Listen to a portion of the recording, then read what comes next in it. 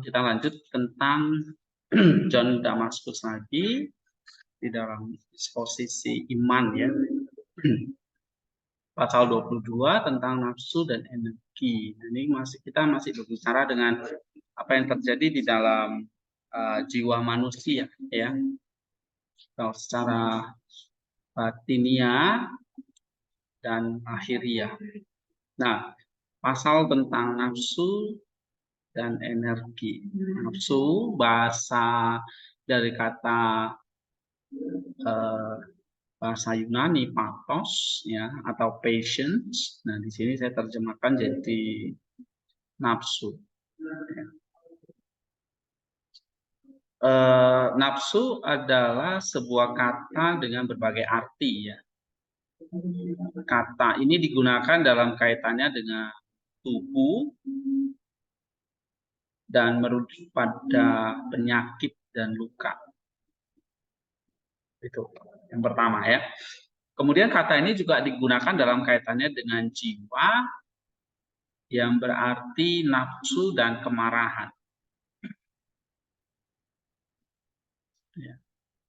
Nah, secara lebih luas atau umum, nafsu itu adalah kasih sayang hewani atau kasih sayang jasmani lah ya. Seperti hewan itu juga punya nafsu gitu. Ya, hewan menjaga anaknya, atau menyusui anaknya, seperti manusia juga menyusui anaknya, itu kasih sayang secara umum ya. Tapi digantikan oleh kesenangan dan rasa sakit. Nah, berarti nafsu di sini ada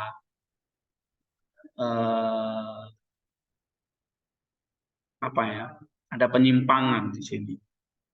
Karena rasa sakit menggantikan nafsu, tetapi tidak sama dengan nafsu. Nafsu adalah kasih sayang terhadap hal-hal tanpa rasa, tetapi tidak demikian dengan rasa sakit. Rasa sakit ada rasa sakitnya ya. Maka rasa sakit bukan nafsu, tetapi sensasi dari nafsu. Ya. Nah, kemarin kita udah belajar tentang sensasi. Sensasi itu adalah kemampuan dari jiwa yang mampu menangkap objek-objek materi dan membedakannya ya. Maka karena ada sensasi, maka ada organ-organ atau indera-indera. Misalnya kulit kita bisa menangkap sensasi kasar, halus gitu ya. Itu lewat kulit. Lidah merasakan sensasi manis atau pahit ya.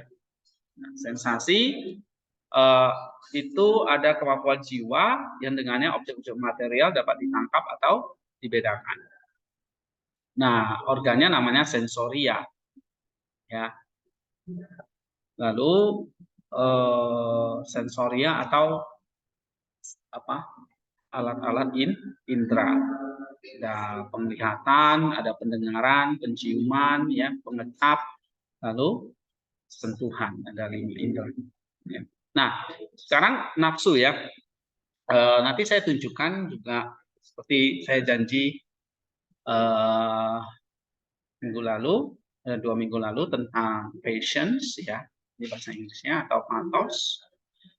Nafsu itu adalah penyimpangan dikatakan yang menimbulkan rasa sensasi, tetapi yang menyimpang dari kodrat. Maka di sini nafsu itu dalam kaitan dengan jiwa itu adalah ada rasa sakitnya. Ya. Harusnya enggak. Misalnya dulu perempuan melahirkan, kalau Adam dan Hawa itu enggak dikutuk, enggak ada nafsu atau pathos, maka tidak ada rasa sakit, tidak ada rasa ngeluh. Ya, Tuhan Allah mengutuk perempuan, kamu akan melahirkan dengan rasa sakit.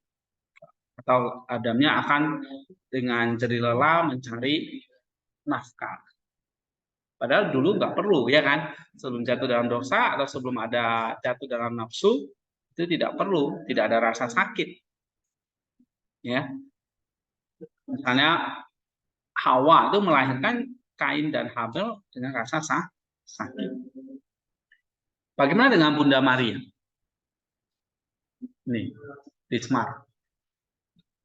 Rasa sakit nggak untuk melahirkan Yesus? Hah? Sakit atau tidak? Tentu tidak, ya kan? Karena bayi yang dikandung itu tanpa dosa, bukan hasil nafsu, bukan hasil dari rasa senang ataupun rasa sakit. Ya. Nah, kalau nafsu itu selalu ada rasa sakitnya. Misalnya kamu makan kekenyangan, ada rasa sakit. Ya, kamu berhubungan seksual itu ada rasa sakit. Selain rasa nikmat, rasa senang. Benar nggak? Ayo. Kalau di Smart benar nggak menurut Smart?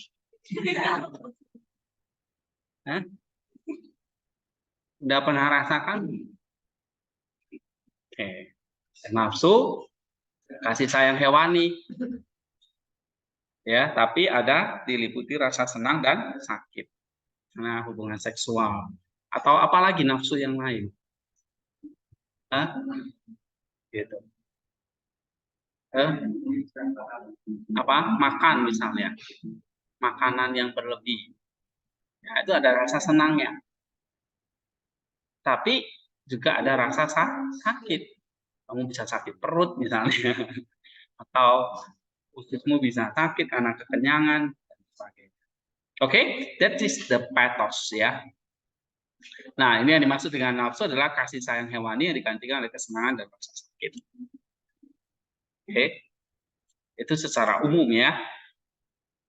Nah, kemudian, tetapi rasa sakit itu tidak sama dengan nafsu, karena nafsu itu adalah kasih sayang terhadap hal-hal yang tanpa rasa. Tidak demikian dengan rasa sakit. Maka rasa sakit bukanlah nafsu, tetapi sensasi dari nafsu. Nafsu itu ya keinginan ya atau desire ya terhadap sesuatu, terhadap materi misalnya, terhadap makanan misalnya atau terhadap uang misalnya, itu nafsu. Ya. Itu dan itu bisa menimbulkan sensasi. Ya. Nah, sensasinya salah satunya bisa rasa sakit atau rasa nikmat. Oke. Nah, dan itu harus cukup besar, artinya harus cukup besar untuk masuk dalam lingkup rasio. Sekali lagi, definisi nafsu jiwa adalah ini. Nafsu adalah aktivitas yang rasional, yang masuk akal dari fakulti selera. Ya, dari fakulti selera. Nah, minggu lalu kita sudah belajar tentang apa itu selera. Ya kan? Imajinasi, kemarahan, rasa takut, rasa sakit. Kesenangan, selera udah belum ya? Di sini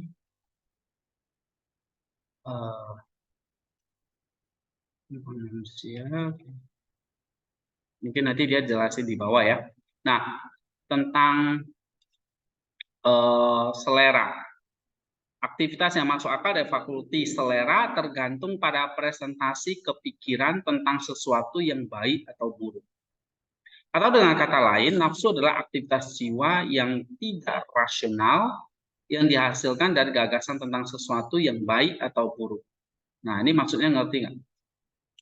Jadi satu dorongan atau kegiatan, aktivitas ya, energi atau tindakan dari jiwa yang tidak rasional atau yang tidak masuk akal, yang dihasilkan dari gagasan tentang sesuatu yang baik atau buruk. Ya. Nah, karena gagasan tentang sesuatu yang baik menghasilkan keinginan dan gagasan tentang sesuatu yang buruk menghasilkan kemarahan. Sehingga nafsu itu menghasilkan satu gagasan tentang hal yang baik atau buruk. Jadi dia tidak, tadi di sini dia secara umum nafsu itu tidak ada rasa, ya. Beda dengan rasa sakit, ada rasa sakitnya. Nah, kemudian nafsu ini aktivitas jiwa yang bisa menghasilkan sesuatu yang baik atau buruk. Yang baik namanya desire, keinginan. Yang buruk namanya angry, kemarahan. Ya. Tetapi nafsu yang dianggap satu kelas, yaitu nafsu secara umum, didefinisikan sebagai gerakan dalam satu hal yang disebabkan oleh hal lain. Nah, jadi kalau bisa ada nafsu yang timbul karena di situ ada gerakan. Nah, gerakan ini timbul adalah dari energi. Maka jiwa itu punya energi. Sehingga jiwa itu punya energi, energi jadi punya aktivitas. Dari aktivitas itulah manusia itu bisa menghasilkan apa yang baik dan apa yang buruk. Keinginan yang baik atau kemarahan yang buruk. Begitu. Ya. Nah, energi di sisi lain ada gerakan drastis. Yang dimaksud dengan drastis adalah apa yang digerakkan oleh dirinya sendiri. Dengan demikian, kemarahan adalah energi yang dimanifestasikan oleh bagian jiwa di mana kemarahan berada, sedangkan nafsu melibatkan dua bagian jiwa. Dan di samping itu, seluruh tubuh ketika didorong secara paksa untuk bertindak oleh kemarahan. Karena telah terjadi gerakan disebabkan oleh satu hal, disebabkan oleh hal lain, dan ini disebut nafsu. Oke, jadi dari energi bisa menghasilkan nafsu, nafsu bisa menghasilkan keinginan atau apa? Kemarahan, ya. Coba kita lihat di sini keinginan itu dia terjemahkan bahasa Indonesianya adalah desire, ya. Kalau kalian mau baca teks Inggrisnya di sini ya. Nah, kita masih berdua pasal 22 ya.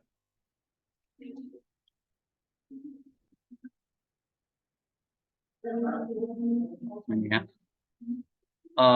Pasal 22 ini dia.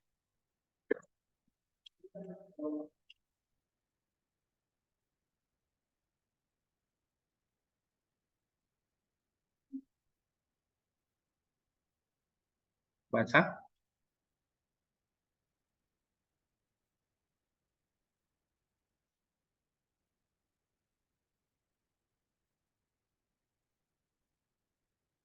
Iya.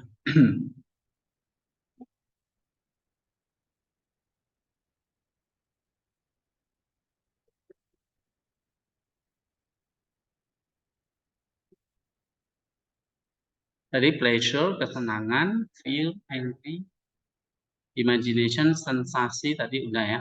Nah, ini memory, nah sekarang conception, patience, and energy ya. Oke, jadi kamu lihat di sini dari patience ya.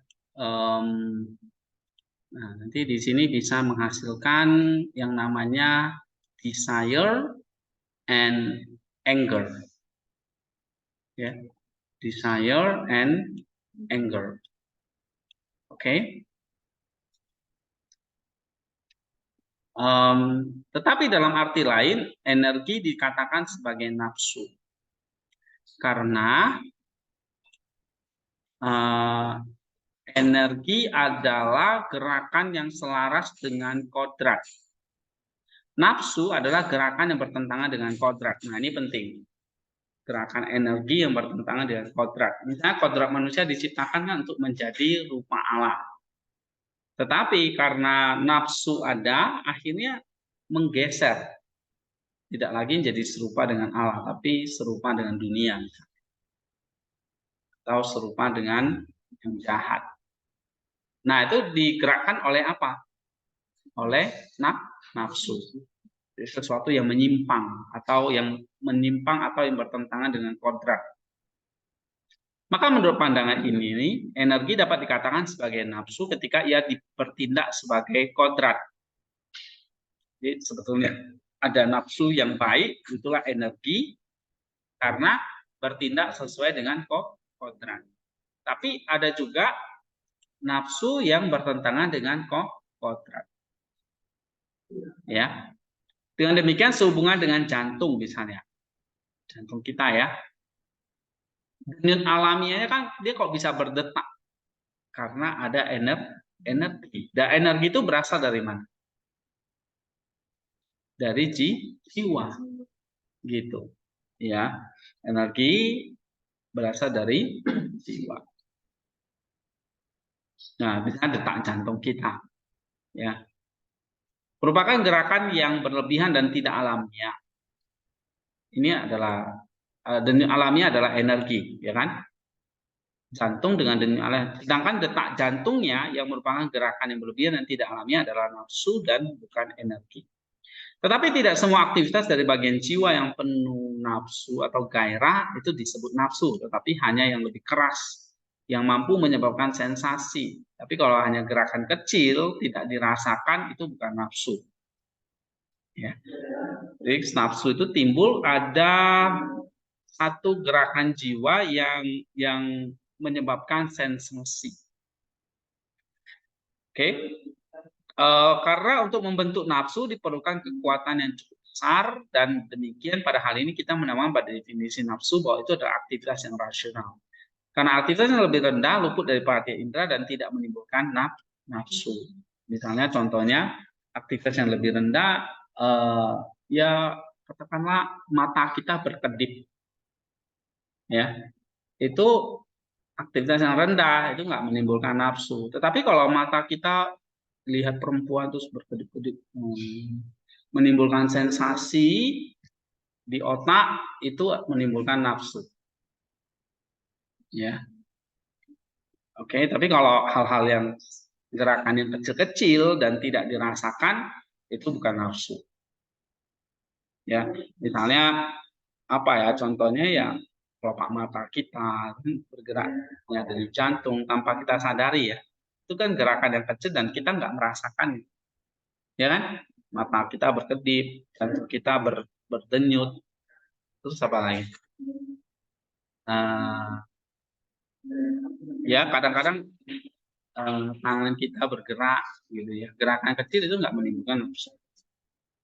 Tapi kalau tanganmu mukul orang kan gerakannya besar ya dan itu menimbulkan sensasi rasa sakit kan. Kamu mukul orang, nah itu disebut nafsu. Oke? Ya. Tapi kalau kamu cuma elus-elus gitu ya, itu ya tidak ada nafsu. Kata John Damaskus ya. Nah perhatikan juga bahwa kita punya dua kemampuan. Apa itu? Yang pertama, kemampuan pengetahuan dan kemampuan hidup. Ya. Nah, kemampuan pengetahuan itu apa? Apa? Pola pikir. Ya, atau di sini dia katakan nih ya, ada twofold faculty atau faculty of knowledge and faculty of knowledge. Ya. Atau dua kemampuan atau dua faculty. Pertama, faculty of knowledge. Jadi ada mind ini pikiran, thought ini pikiran-pikiran biasa gitu ya. Notion itu di sini diterjemahkan jadi gagasan gitu ya. Lalu ada presentation ya. Lalu ada sensasi dan kemampuan vital atau nafsu ya. Dan kemampuan vital. Nah, kalau kemampuan pengetahuan itu tadi dari pikiran gitu ya. Nah, sedangkan kemampuan hidup itu adalah apa? Kemampuan vital. Nah, itu meliputi apa? Kehendak dan pilihan. Ya. Nah, sekarang kita bahas faculty atau kemampuan pengetahuan dulu. Misalnya presentasi dan sensasi, kita udah bahas di atas. Sensasi ini yang menyebabkan nafsu. Ya, tadi saya katakan ada sensasi-sensasinya. Misalnya tadi sensasi sakit, oke, senang dan sebagainya. Itu yang menyebabkan nafsu. Sedangkan presentasi itu artinya apa? Muncul di dalam jiwa. Nah, presentasi itu berarti dimunculkan. Ya, nah kalau kita perhatikan di sini, menurut John Damaskus ya, nah ini dia, ada yang kita sebut sebagai istilahnya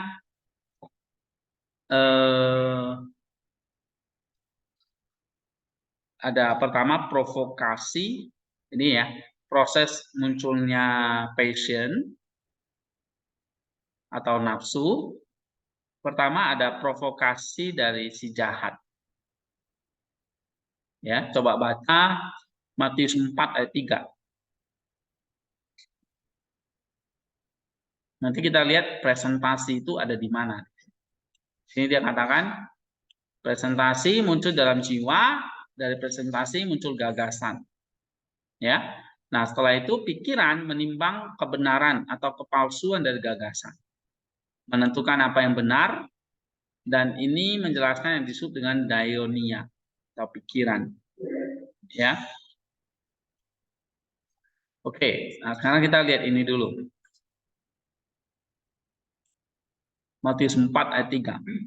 Lalu datanglah si pencoba itu dan berkata kepadanya, jika engkau Allah, perintahlah supaya batu ini menjadi roti.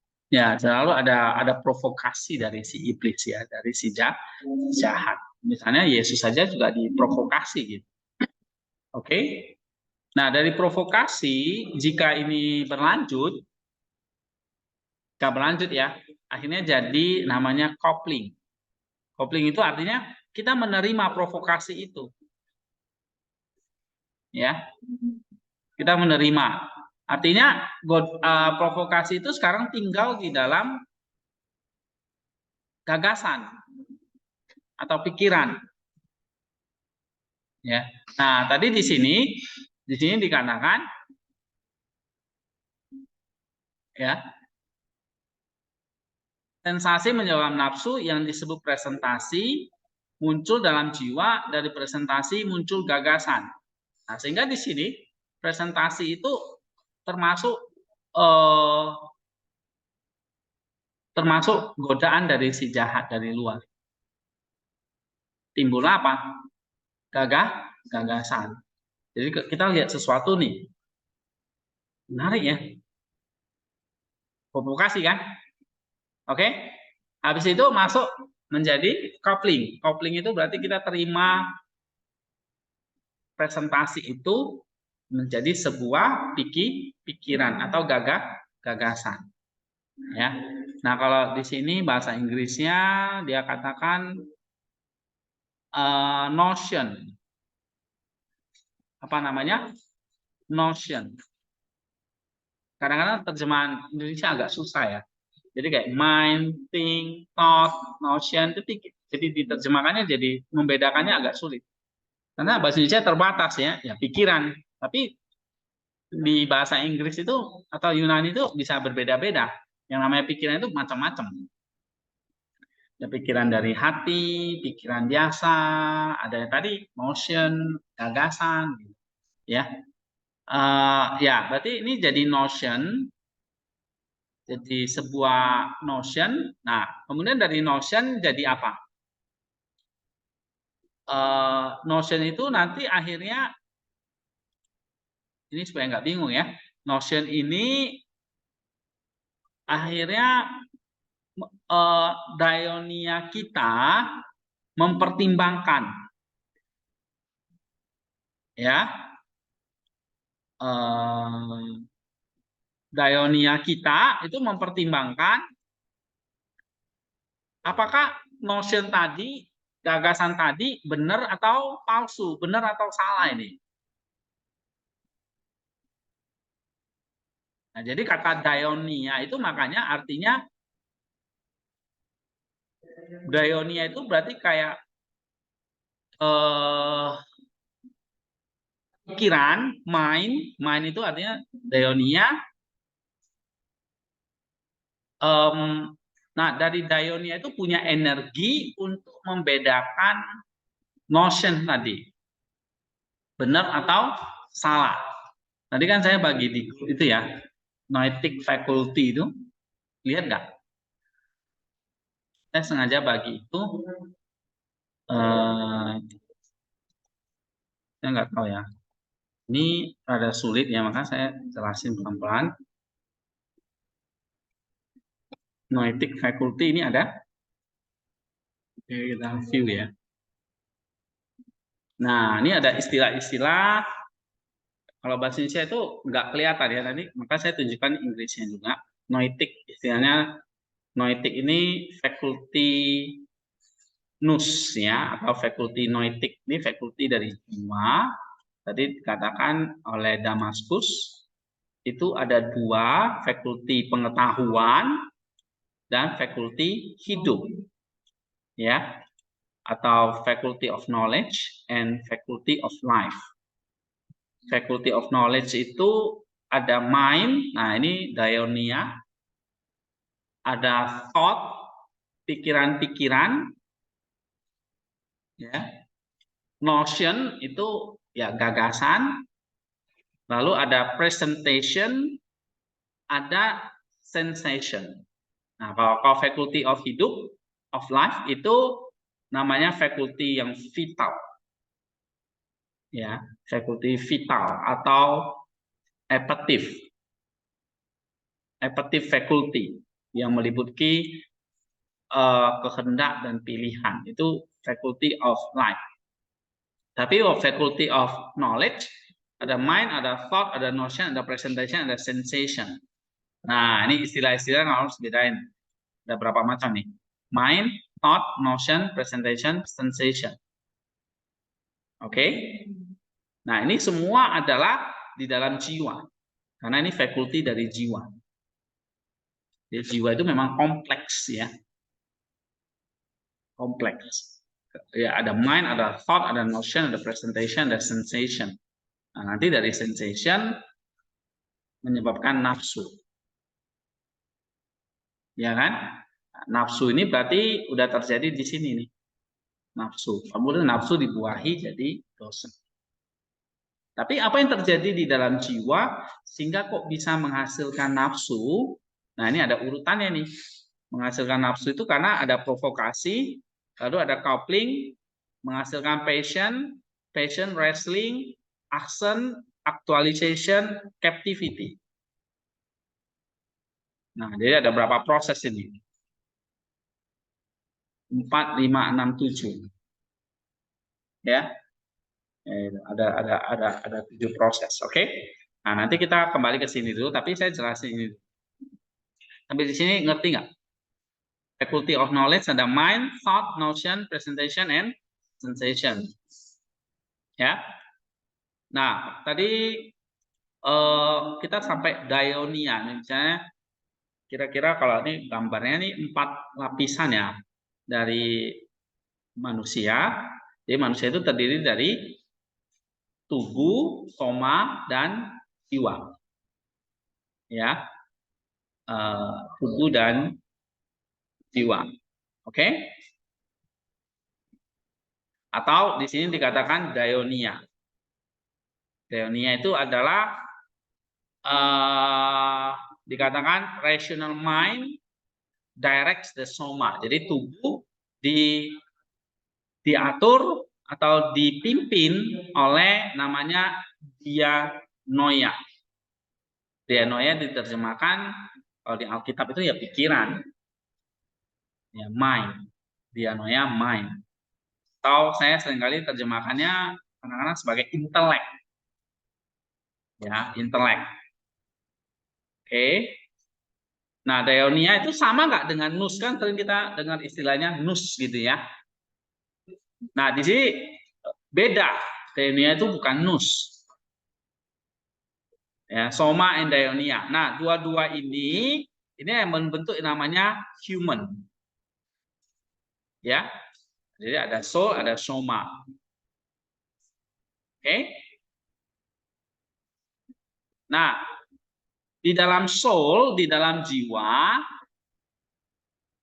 ya, di dalam jiwa ada daionia. Nah, daionia ini,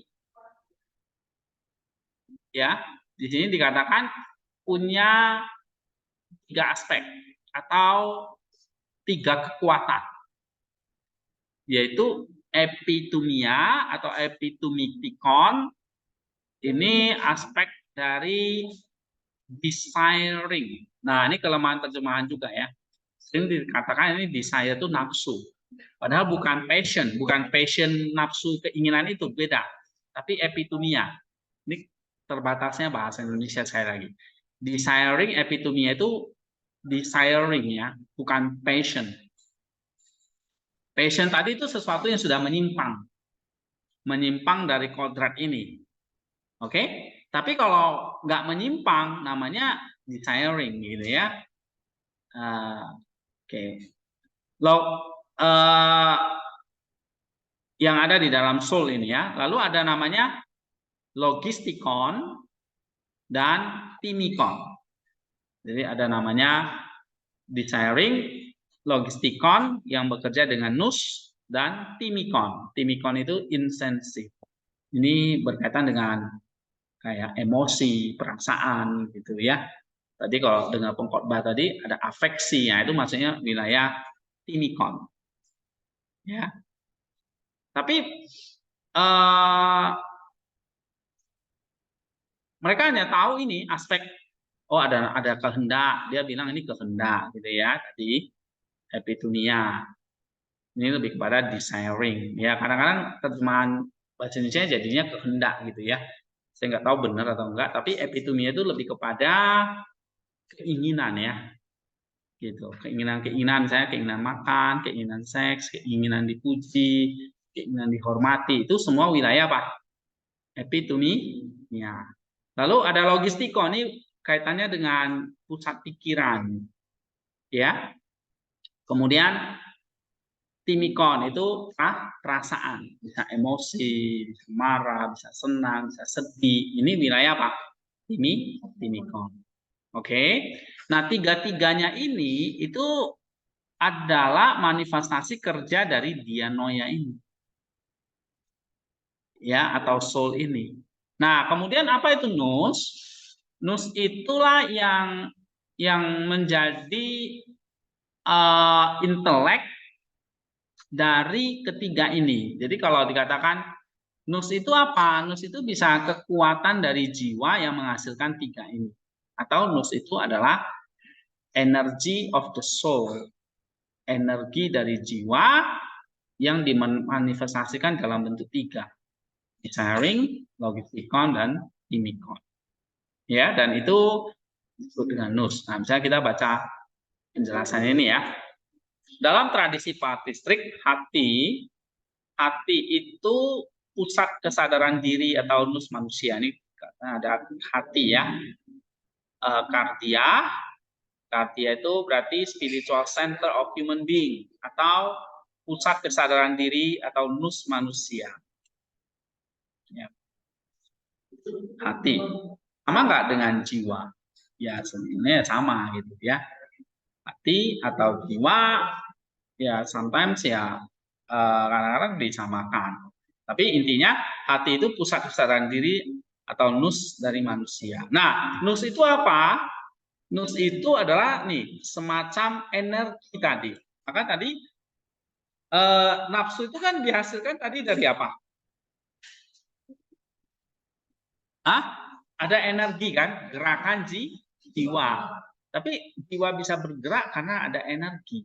Energi itulah yang kita sebut sebagai nous. Energi itulah yang disebut sebagai nous. Maka energi ini bisa menggerakkan nafsu tadi, desiring, bisa menggerakkan logistikon, bisa menggerakkan timikon. Karena ada nous, ada energi. Ya, ada energi dari pikiran. Nah, pikiran ini yang disebut dengan tadi dianoia atau bahasa Inggrisnya mind, di dalam hati, ya, atau di dalam jiwa. Oke, sesuatu yang disebut oleh Bapak Gereja sebagai kemampuan nous manusia. Nah, nous di sini disebut sebagai energi dari jiwa atau energi dari hati. Terkadang nous juga disebut sebagai essence dari jiwa, hakikat dari jiwa, yaitu hati. Sebab jiwa manusia yang dicipta menurut gambar Allah, di mana Allah memiliki essence dan energi, maka jiwa manusia juga punya essence dan energi. Dan nous itu adalah esensinya dan energinya dari jiwa yang ada di dalam hati. Hati itu kayak wadahnya, gitu ya. Oke. Nah, ada perbedaan penting nih yang kita bedakan antara pemahaman di barat dan timur, ya. Nah, kalau pendekatan skolastik di barat itu menekankan penggunaan reason itu logika dalam memperoleh pengetahuan tentang Allah. Misalnya ini yang sering dipakai Thomas Aquinas, gitu ya. Nah, kalau di timur itu lebih banyak mengajarkan bahwa pengetahuan tentang Allah hanya datang melalui nous di dalam hati. Dari sudut pandang teologi timur, dianoia dengan logika itu atau tadi reason tadi itu bukan hal yang sama. Kalau logika itu kerja otak, kerja pikiran manusia. Sedangkan dianoia itu kerja dari hati atau jiwa. Ya, tadi makanya ada dianoia kan? Atau di sini ada namanya dianoia itu apa? Di sini mind yang bisa membedakan notionnya itu benar atau salah. Gitu. Ya, jadi kalau misalnya ini ada provokasi ini masuk ke dalam pikiran atau masuk ke dalam jiwa kita, nah dianoiamu berfungsi ini. Nah, ketika dianoiamu bisa membedakan mana benar atau mana salah, ya, maka di sini dikatakan nih, nous di dalam hati adalah energi dianoia tadi, ya, oke. Jadi di dalam hati ada namanya dianoia. Nah, dianoia inilah yang menjadi hakimnya, yang mempertimbangkan benar atau salah. Ini dianoia. Ya. Nah, waktu mempertimbangkan benar atau salahnya, dianoia itu butuh energi. Itulah yang disebut sebagai nous. Oke? Itulah yang disebut sebagai nous. Paham nggak? Nah, ini istilahnya macam-macam. Salah. Mana spidolnya? Ayo. Oke. Ya. Ini ada provokasi. Nah, diterima oleh dialog. Dia karena memutuskan ini. Provokasi masuk jadi motion.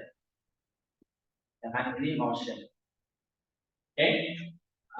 Ini jadi motion. Motion itu kan dua ya. Benar atau salah. Ini benar atau salah ini. Dialognya memutuskannya dengan namanya energinya nous. Ini ada nous. Oke.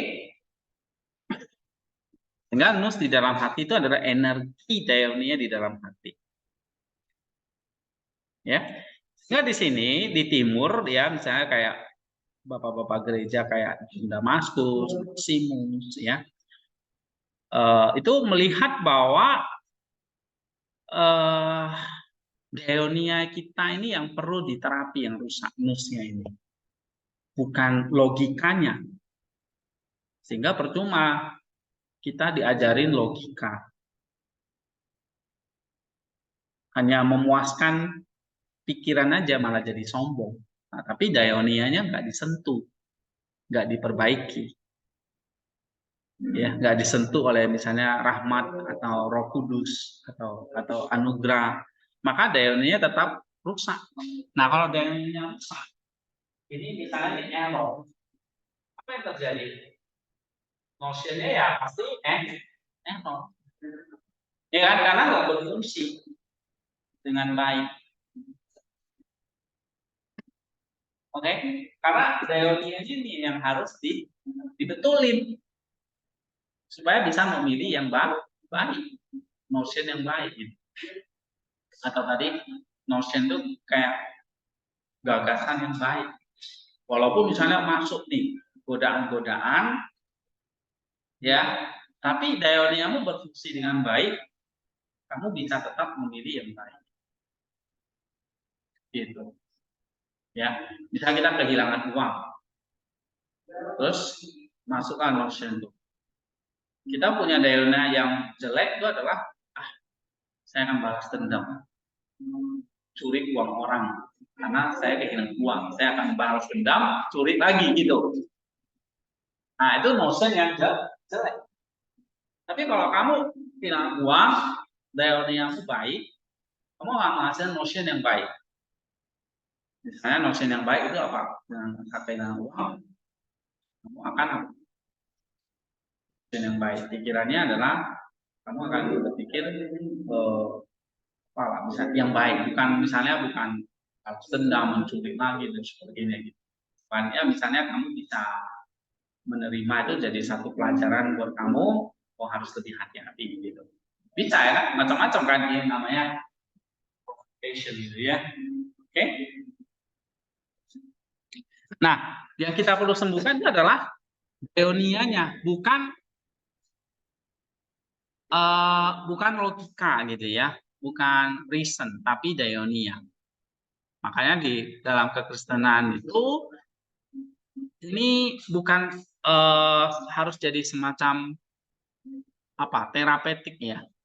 Misalnya dalam gereja itu seperti rumah sakit jiwa, di mana seseorang datang untuk terapi yang memulihkan kesehatan jiwa, dan pada akhirnya yang mencapai teosis ya.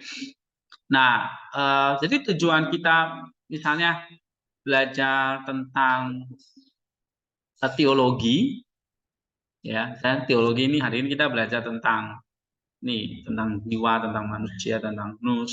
Ya, salah satunya adalah kita bukan hanya tahu tentang apa yang terjadi di dalam diri kita, tapi bagaimana kita bisa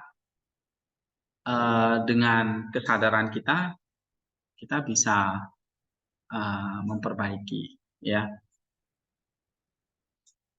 Oke, kenapa? Karena yaitu perintah Allah untuk kita menyucikan nous itu atau Dionia itu.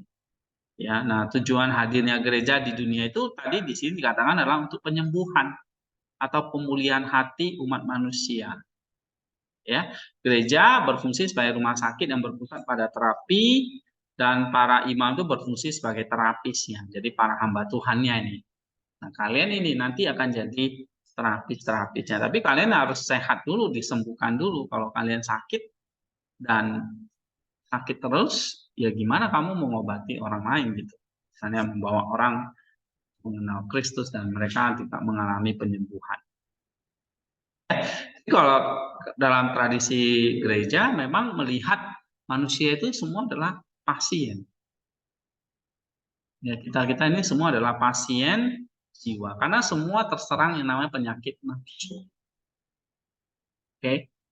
Terserang penyakit yang namanya ini nih. Provokasi, coupling, passion, wrestling, action, actualization, captivity, malah ditawan oleh nafsu. Nah, ditangkap, diserang oleh ini nih. Semua penyakitnya ini sama. Semua penyakit manusia sama dari zaman Adam sampai sekarang dan nanti akan datang juga begitu. Ya, maka dosanya, kejahatan di dunia kan itu aja. Cuma ya kadang-kadang semakin canggih aja kan. Ya, karena teknologi ya kan. Dulu orang mencuri uang kan uangnya bentuknya fisik. Sekarang orang mencuri uang nggak perlu uang yang fisik kan. Ya kan, cukup bobo rekening. Oke, nggak kelihatan uang fisiknya, tetapi tiba-tiba uangnya udah nggak ada gitu dengan dicek dan sebagainya. Nah, itu aja. Tapi intinya kan kembali sama kan, kejahatannya sama kan, pencurian. Oke. Nah, kita kembali ke sini. Sehingga di sini Dionia itu apa? Tadi ya, yang menentukan apa yang benar deh ya. Nah, kemudian kita lanjut. Setelah daionia, di sini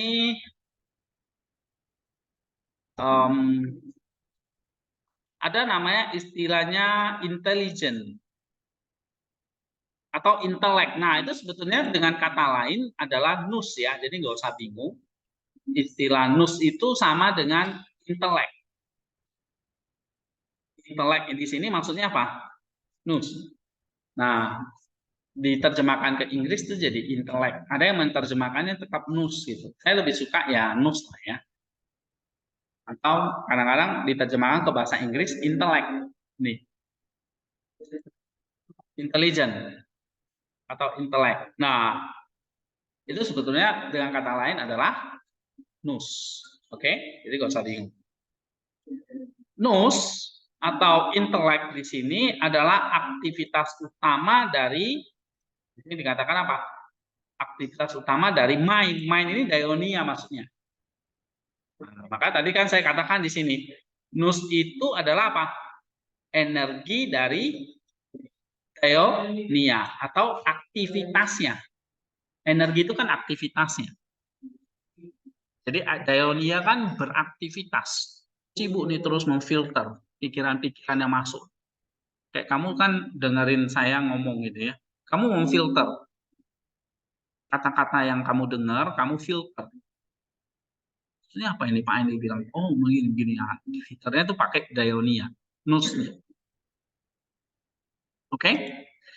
Nah, aktivitas utama dari daionia itu adalah intelek atau nus, tetapi intelek yang diterapkan pada objek apapun disebut pikiran. Nah, maksudnya di sini disebut pikiran itu thought. Nah, sekarang ada istilahnya thought.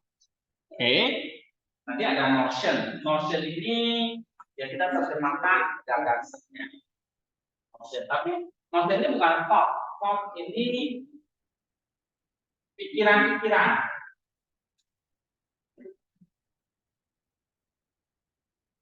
Ya, apa? Pikiran-pikiran. Oke.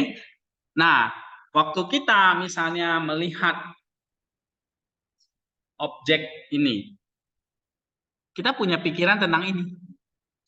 Oh, ini apa misalnya? Warnanya hitam. Bentuknya seperti ini. Itu namanya pikiran. Oh, gelas ini lucu ya. Nah, misalnya. Oke. Kita punya pikiran-pikiran tentang ini. Tapi ketika saya lihat objek yang lain, pikiran saya beda lagi. Oh, ini warnanya kuning, bentuknya seperti ini. Oh, kotaknya bagus ya, tebal, macam-macam. Oke? Nah, itu namanya apa? Thought. Ya. Thought. Nah, waktu kita di sini, ketika misalnya masuk provokasi, terjadi coupling, kita apa tadi thought tadi itu juga ikut bermain gitu, ya. Kalau notion itu kan kayak kesan gitu, kesan baik atau kesan jahat. Tapi dari kesan itu bisa timbul pikiran, ya, thought tadi, pikiran-pikiran. Misalnya kayak tadi saya katakan pikiran pada objek. Oh, ini warna hitam, bentuknya seperti ini dan sebagainya. Sama seperti kalau ada godaan masuk, ya, kita jadi punya pikiran-pikiran tentang godaan. Nah, itu namanya apa? Thought atau pikiran. Nah, ketika pikiran-pikiran ini bertahan dan membuat pikiran-pikiran ini membuat kesan tentang objek pemikiran, ini yang disebut dengan refleksi. Reflection. Ya. Oke. Nah, ketika refleksi berdiam pada objek yang sama dan menguji dirinya sendiri dengan cermat memeriksa hubungan pikiran dengan jiwa itu akan menamakan kehati-hatian. Ya. Jadi kalau kita lihat ini ada thought, dari thought itu menimbulkan apa? Sorry, dari nus, sedang top itu menimbulkan kesan,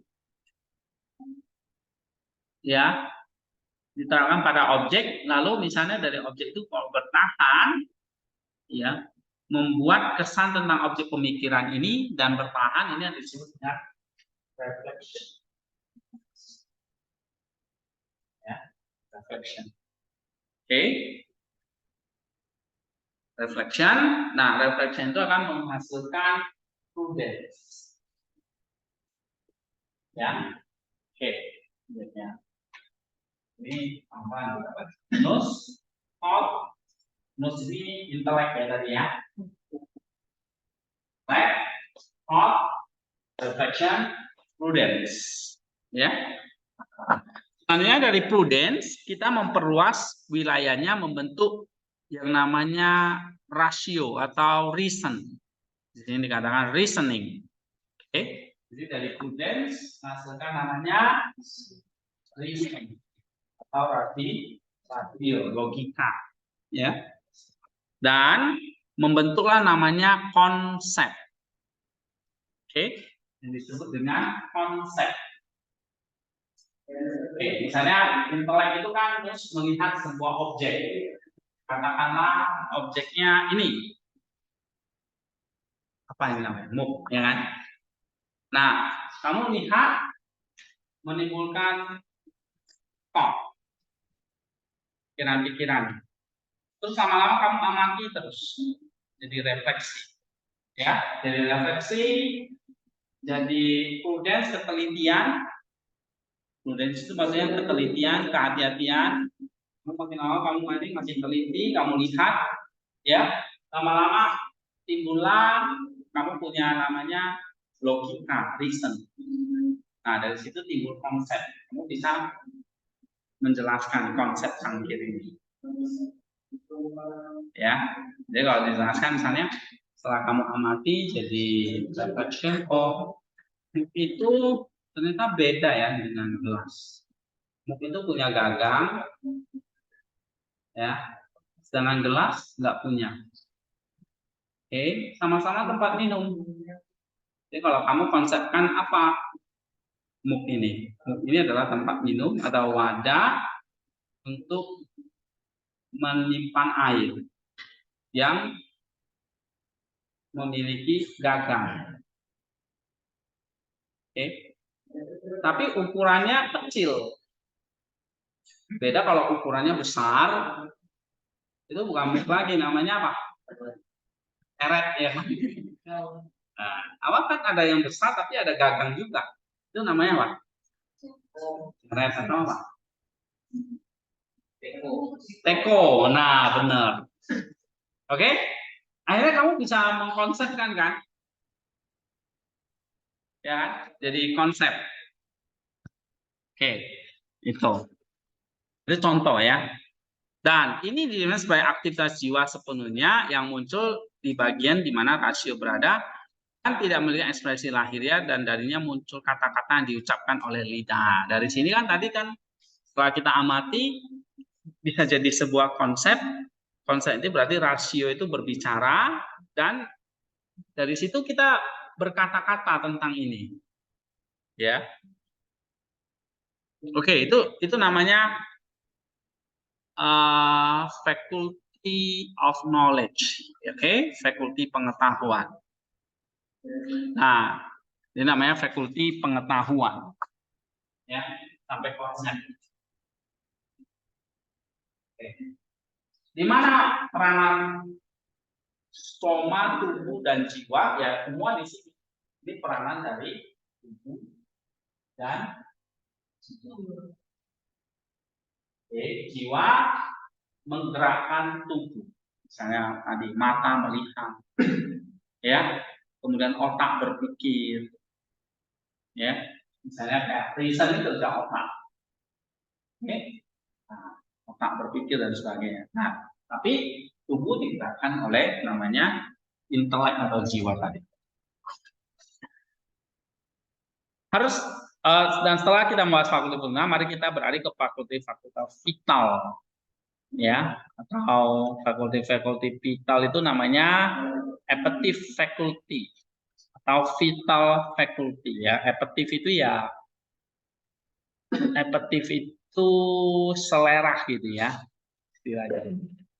Nah, harus dipahami bahwa pada dasarnya dalam jiwa tertanam fakulti untuk menginginkan apa yang selaras dengan kodratnya. Ya, maka Tuhan menciptakan kita bukan berarti tidak ada yang namanya desire. Ini nggak ada ya dari sononya ini.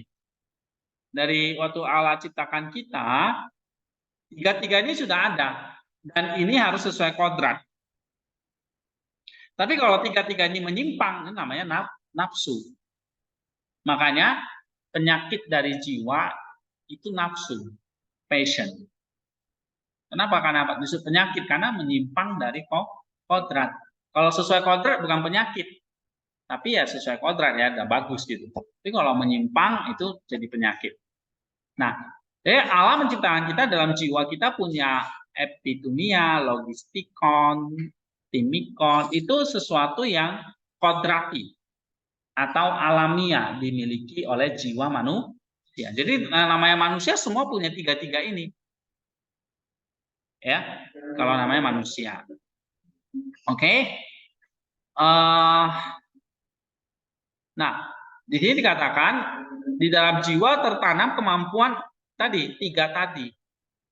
Ya, apa yang selaras dengan kodratnya. Dan untuk mempertahankan dalam persatuan yang erat segala sesuatu yang pada dasarnya merupakan bagian dari kodratnya, kekuatan ini disebut kehendak atau telesis. Nah, muncullah istilahnya kehendak. Nah, di sini kehendak itu beda dengan desire. Ini beda ya. Desire tadi apa? Epitumia. Oke, kadang-kadang diterjemahkan ke bahasa Indonesia artinya keinginan. Ya. Tapi ada yang menerjemahnya jadi kehendak, itu lebih jauh lagi. Desire ini epitumia. Ya, epitumia. Oke. Kalau kehendak telema. Ya, bukan telesinema ya. Tapi telema atau telesis. Nah, kehendak itu apa? Di sini kekuatan apa? Kekuatan untuk apa? Mempertahankan persatuan yang erat.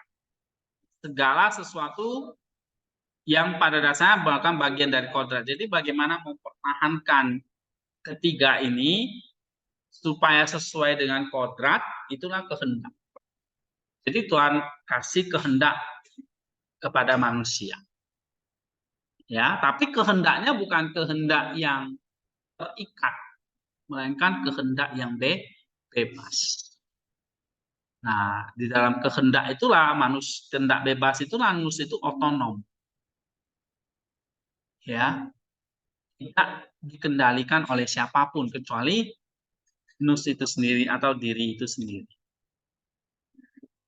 Nah, kehendaknya otonom. Ya, bukan dikendalikan oleh Allah atau sesuatu yang lain gitu. Kehendak. Nah, kehendak ini bagaimana? Tiga ini, epitumia, logistikon, timikon itu tetap berjalan sesuai dengan kodrat. Nah, itu tergantung kehendak kita. Kayak misalnya ini kan orang sering bilang ya,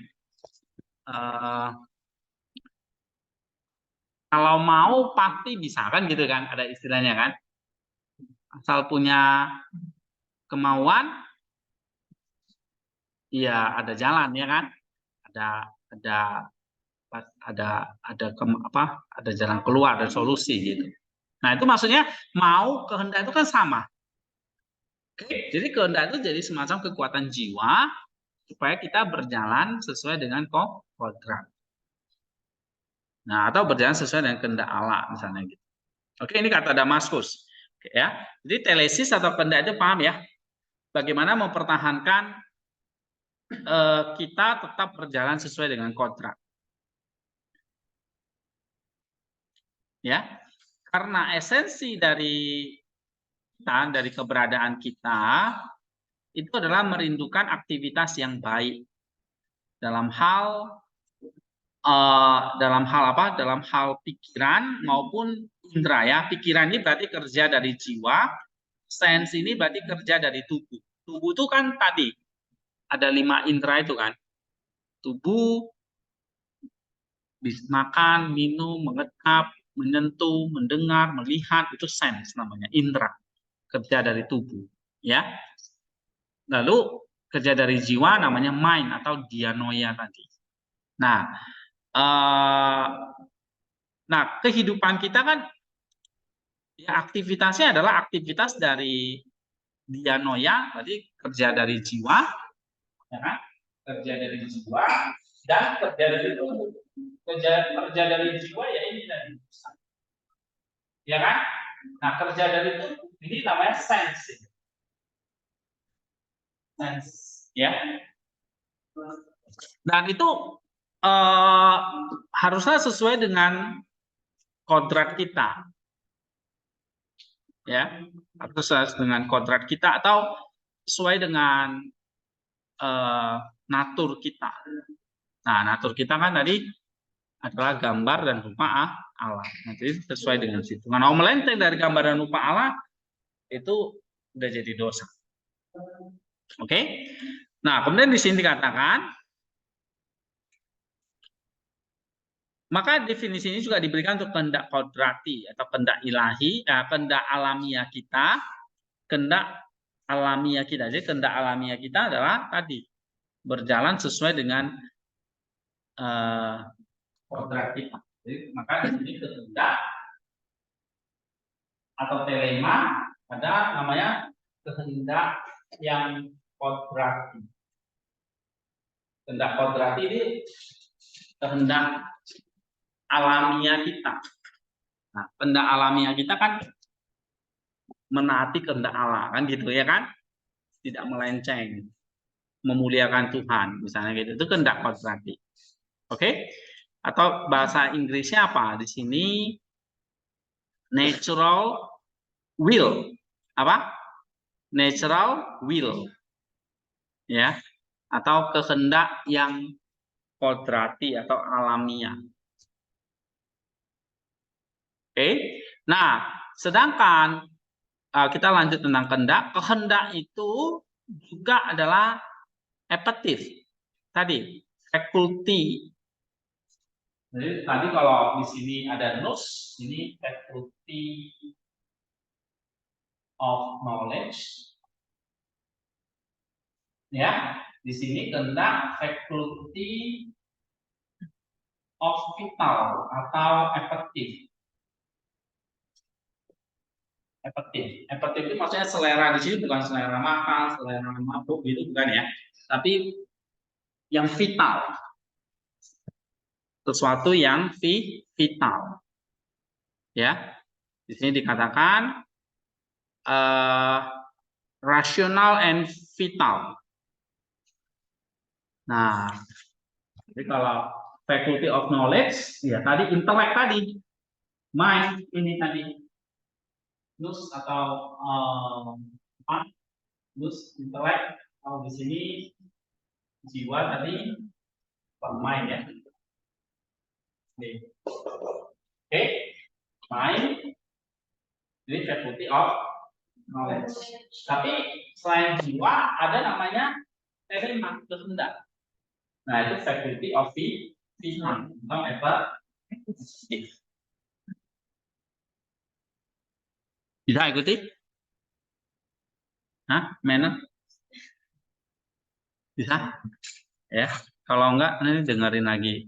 Ini direkam. Oke. Kita lanjut ya. Kehendak ini adalah appetite, rasional dan vital yang hanya bergantung pada apa yang kodrati.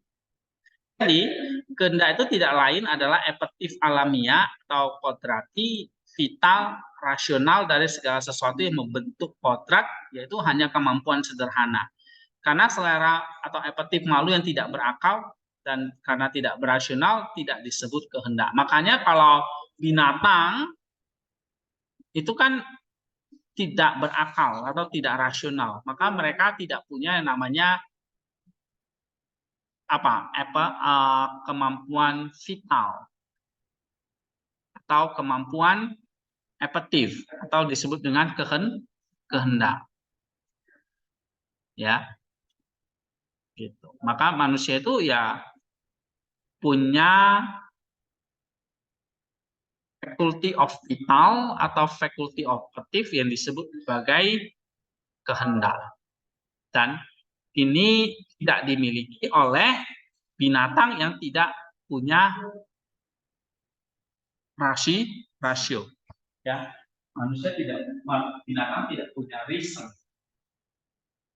Binatang nggak bisa kamu suruh bikin konsep, nggak bisa. Coba anjing rumuskan konsep meja, nggak bisa. Dia hanya bisa terbatas, ya kan? Nggak bisa bahkan. Tapi manusia punya reason, akhirnya manusia bisa bikin konsep. Ya, nah ini tentang faculty of appetif atau vital. Jadi yang bermain di situ adalah kehendaknya. Oke, nah sekarang kita ke istilah lain. Ada lagi yang namanya bulema atau bulisis. Apa? Bulisis. Nah, bulisis ini ya kita artinya juga semacam natural will, ya, atau wish di sini ya. Wish itu kayak apa? Kita terjemahkan itu keinginan, tapi bukan passion ya. Kayak angan-angan lah, keinginan. Misalnya kamu kepingin apa ya? Oh saya kepingin jadi saya kepingin terbang misalnya. Itu wish tuh. Itu bulema. Oke? Oh, saya ingin jadi orang paling cantik di waduh, dia mah kecil ya kan. Misalnya saya wish-nya saya kepingin jadi pendeta yang besar. Punya jemaat 1.000 orang. Nah, itu wish namanya. Apa namanya? Bulema, bulisis ya. Oke. Nah, ini bulisis atau wish ini semacam kehendak kodrati, yaitu appetif kodrati dan rasional untuk satu hal yang pasti. Nah, di dalam jiwa manusia terdapat satu kemampuan untuk keinginan secara rasional. Benar kan? Tadi kan kamu sekolah di sini tentu punya wish gitu. Punya impian lah ya. Nah, wish itu seperti impian. Kamu tapi yang rasional gitu. Ya. Nah, kemampuan jiwa kita punya ke situ. Nah, ketika apa di sini dikatakan ada desire, rational desire ya. Mengarahkan rational desire ini mengarahkan dirinya sendiri secara kodrati atau alamiah kepada satu objek yang pasti, maka itu disebut sebagai bulema atau wish. Mungkin lebih terjemahkan wish itu bukan keinginan ya, impian gitu ya. Sesuatu yang diimpikan. Nah, wish ini adalah sebuah rational desire and longing for some definite thing. Ya, hasrat rasional dan kerinduan akan sesuatu yang pasti. Misalnya kamu punya bulema, kamu punya rational di sini rational will, ya, rational natural will yang rasional. Jadi kalau bulema, jadi di bawah kehendak ini ada lagi namanya bulema. Ya, bulema itu wish. Nah, wish ini adalah dikatakan di situ apa? Short natural will ya kan? Natural will yang rasional. Ya, natural rational appetif. Oke. rational will and non-rational will gitu ya. Oke, bisa pahami tentang bulema. Nah, kemudian kita lanjut di sini.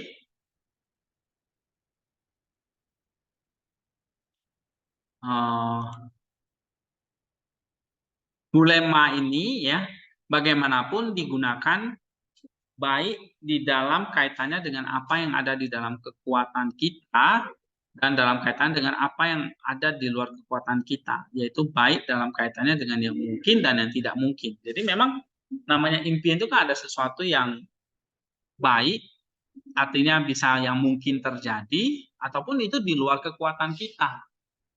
Misalnya kamu mengimpikan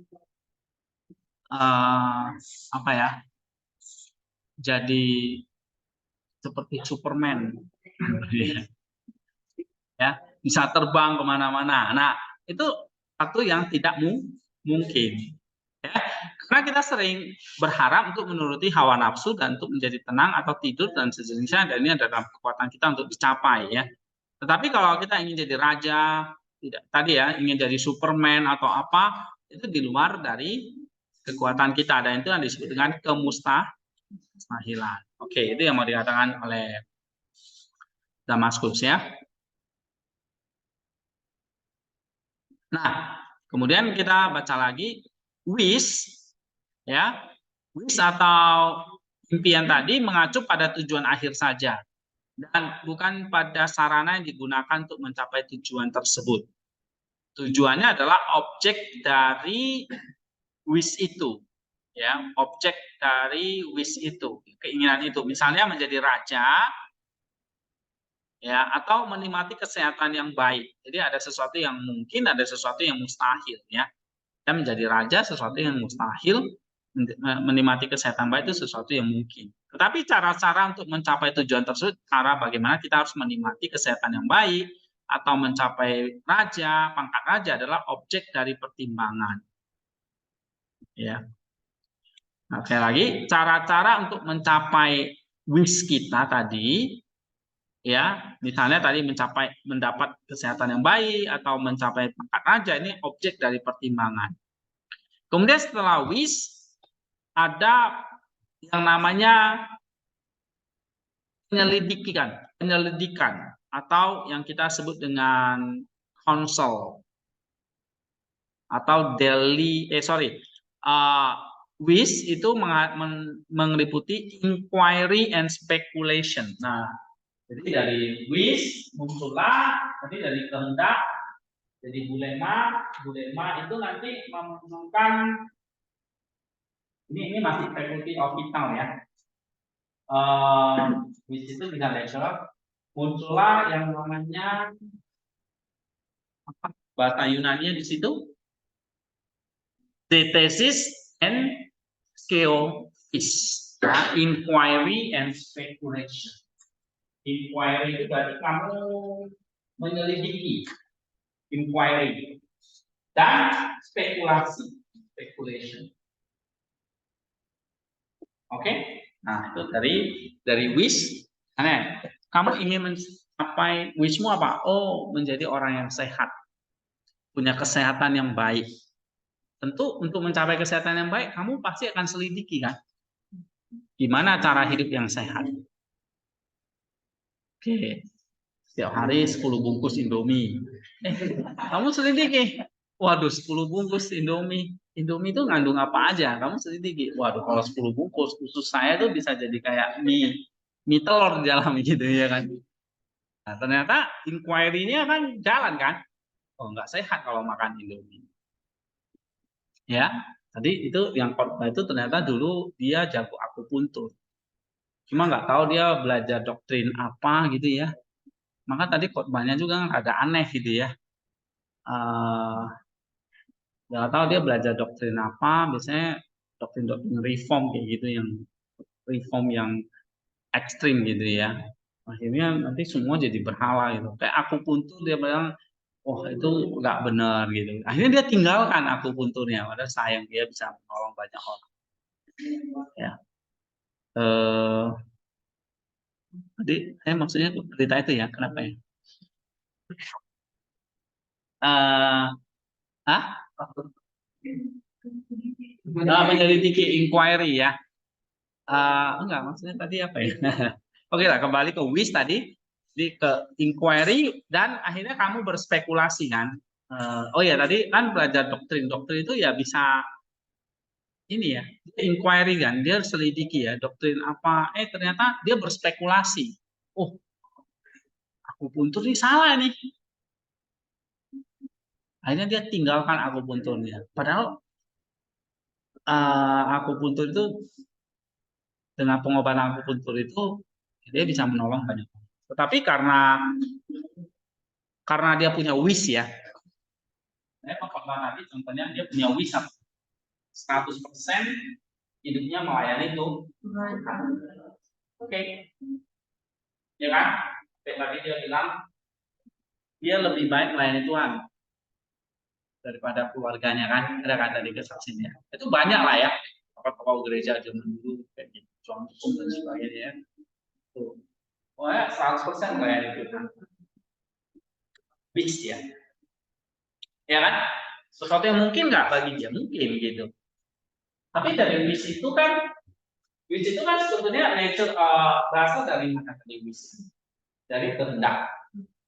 Karena dia punya kehendak untuk taat ya kan, sesuai hidup dengan kontraknya tadi, taat. Muncullah wish yang baik, misalnya melayani Tuhan. Nah, kok bisa timbul melayani Tuhan? Bisa muncul saya mau 100% melayani Tuhan. Ini ambil contoh kasus tadi pendeta tadi ya. Gitu.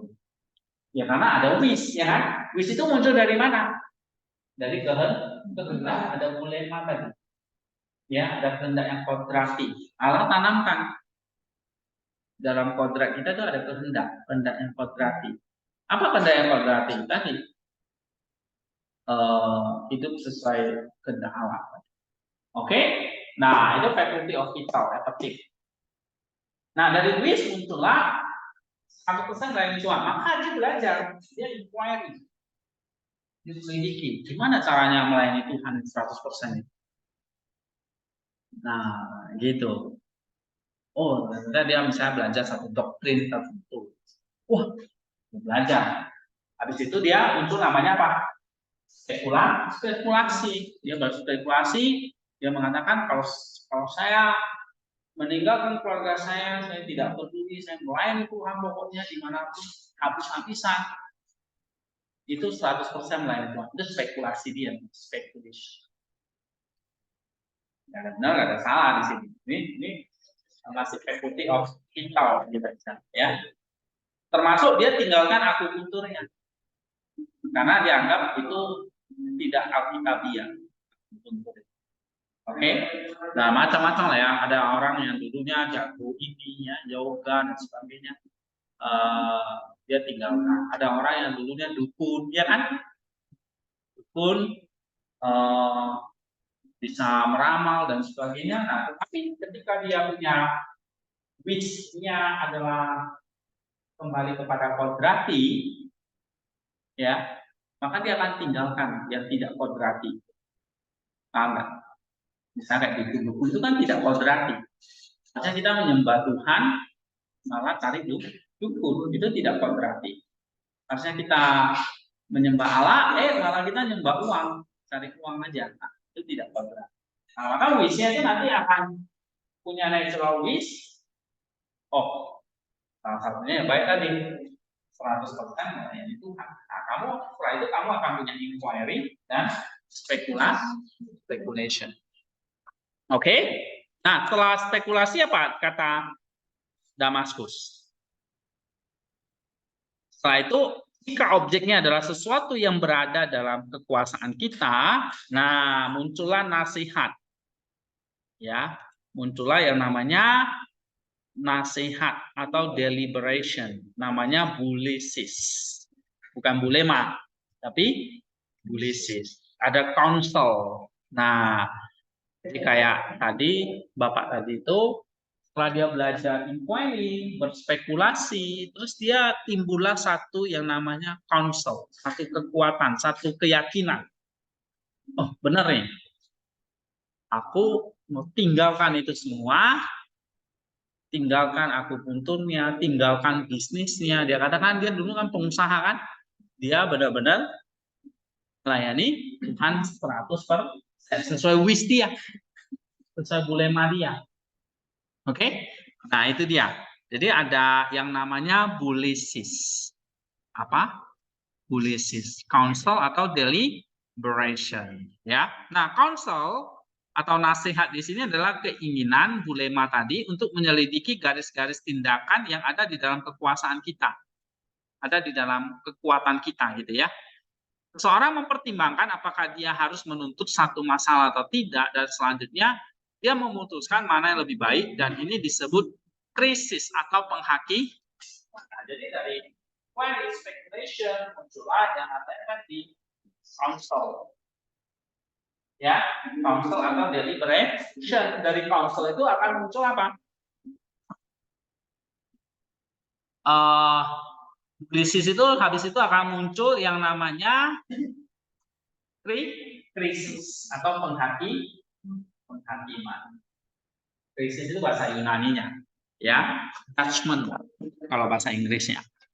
Atau bahasa Indonesianya namanya judgment, penilaian atau penghakiman di sini. Oke? Nah, setelah itu seseorang menjadi cenderung dan membentuk kesukaan. Oke? Jadi kan tadi kayak contoh kasus Bapak itu akhirnya setelah dia mengalami konsol mantap, akhirnya dia mutusin kan. Nah, itu namanya krisis tadi. Dia nilai ada aku tanggalkan itu semua. Nah, itu namanya sudah masuk ke tahap krisis. Oke, penghakiman. Nah, kemudian setelah itu seseorang menjadi cenderung yang membentuk kesukaan terhadap hal yang mendukung keputusan yang telah diputuskan oleh pertimbangan, dan ini disebut kecenderungan. Akhirnya jadi yang namanya gnone atau kecenderungan, itu namanya inclination. Nah, jadi krisis. Jadi apa namanya? Di sini inclination atau kecenderungan. Atau bisa kita katakan ini juga menjadi gaya hidup dia. Oke, jadi satu lifestyle dia lagi. Dia bukan lagi seorang akupuntur, tapi dia sudah sekarang jadi hamba Tuhan. Nah, itu jadi inclination tuh. Ya. Oke. Inclination atau namanya apa? Gnone atau kecenderungan. Karena jika seseorang membentuk satu penilaian tadi, krisis tadi dan inclination tadi, tidak cenderung, tidak punya objek penilaian tersebut, maka hal ini tidak disebut kecenderungan, ya kan? Jadi kalau kecenderungan itu berarti tadi jadi gaya hidup dia. Nah, setelah seseorang menjadi cenderung, ya, pilihan atau seleksi di sini dikatakan choice, pilihan atau seleksi itu ikut bermain, ikut berperan, ya. Karena pilihan terdiri dari memilih, ya, terdiri dari apa? Choosing, memilih atau menseleksi apa? Salah satu dari dua kemungkinan yang lebih disukai daripada yang lain. Kemudian seseorang terdorong untuk bertindak, dan ini disebut dengan dorongan atau orme. Jadi nanti kalau inclination jadi dorongan. Oke, dorongan atau ini istilahnya apa ya? Impuls. Apa? Impuls. Nah, ini bahasa Inggrisnya impuls namanya. Jadi dari inclination jadi impuls. Kemudian setelah itu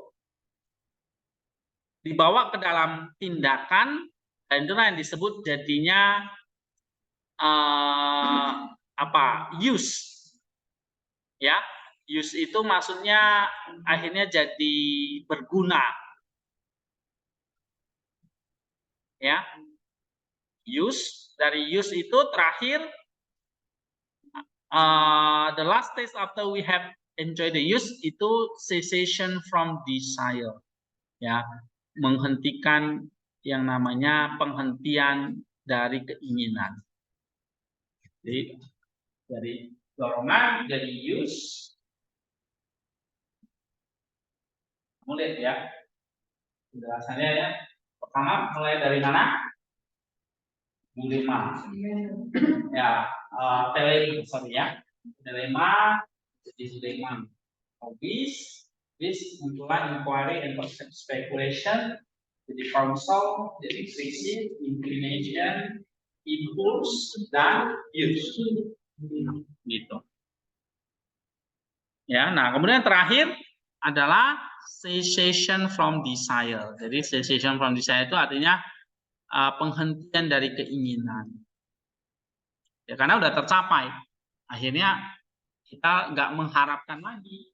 Maka orang itu kalau sudah mencapai 100% jadi hamba Tuhan, ya udah, dia nggak mengharapkan lagi. Dia akan mengharapkan yang lain. Nah, dia akan menginginkan yang lain. Ya, maka kalau udah jadi use, jadi stop di situ, berhenti. Oke. Dia akan cari wish-wish yang lain lagi. Dia nggak mengharapkan jadi 100% melayani Tuhan aja ya. Maka ada muncul wish-wish yang lain. Oke, sampai di sini dulu. Ada pertanyaan nggak?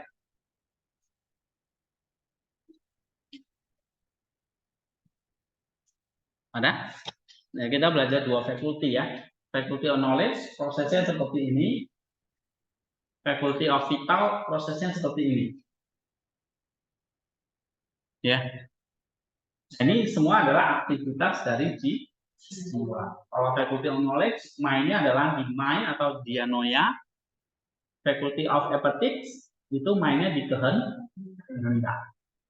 Jadi kalau di sini, maka tadi kan ada 3 faculty kan. Sebetulnya ada 3 ini ya. Tapi ada yang bedakan ini kan. Ini faculty of logistikon ini knowledge.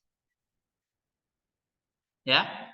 Nah, faculty of wish tadi kehendak ini adalah wilayah epitumi ya.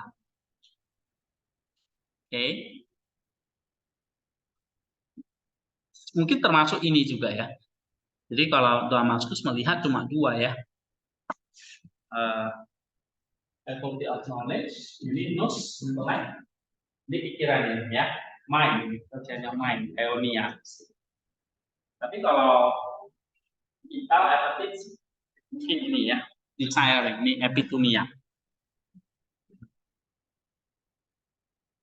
Oke. Nah, ini tindakan jiwa itu kayak gitu kerjanya. Ada daionia, mind yang bermain, ada wilayah kehendak.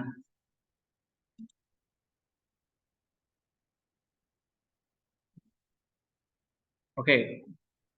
Kalau enggak kita break dulu kalau ada pertanyaan ya. Nanti 3:30 kita masuk lagi ya.